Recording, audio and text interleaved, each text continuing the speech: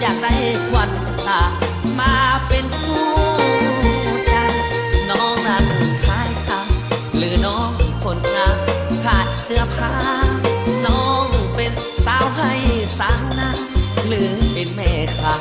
นั่งขายปิ้งไก่อายไปวันนั้นพบน้องนงคางานบุญบางฟังเคยเป็นที่ของยิ่งใหญ่ที่น้องเขาได้สืบทอดกันมาละ52สร้างสรรค์ปองดอกสงครามเลือสาพักลักเป็นผู้นำพาบวกสมหัวหน้าเป็นผู้สร้างสาที่ของอันดีความสามัคคีสืบทอดกันมามีสามสุนเผ่าของเราไงกาพร้อมกันสร้างสาบ้านทั้งเมืองความใจสนิทส่วนให้ภาคีจนลงมีทางเฮียเทนเฮียวเฮียเพชรสูงส่งได้เพิ่งปาลังถ้าจริงลงใจบ่อยากได้ทิ้งหาดแห่งนี้หากไม่สามได้เมตตาปานขอมอบชีวิตไว้ที่นี่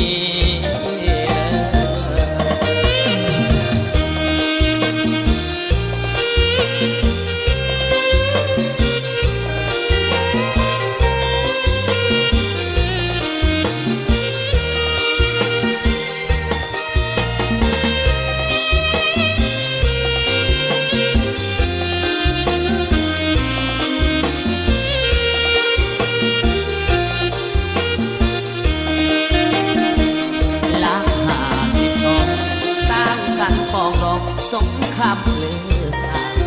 พักลักเป็นผู้นำพาบวงสนหัวหน้าเป็นผู้สร้างสาที่ของอันดีความสามัคคีสืบทอดกันมามีสามสุนเผ่าของเราไงกาพร้อมกันสร้างสาบ้านทั้งเมืองความใจสนิทส่วนให้ภาคีจนลงมีทางเฮียเทนเฮียเพชรสูงส่งได้เพิ่งปาลังถ้าจริงลงใจบ่อยากได้ทิ้งหาดแห่งนี้หากไม่สามได้เมตตาปานขอมอบชีวิต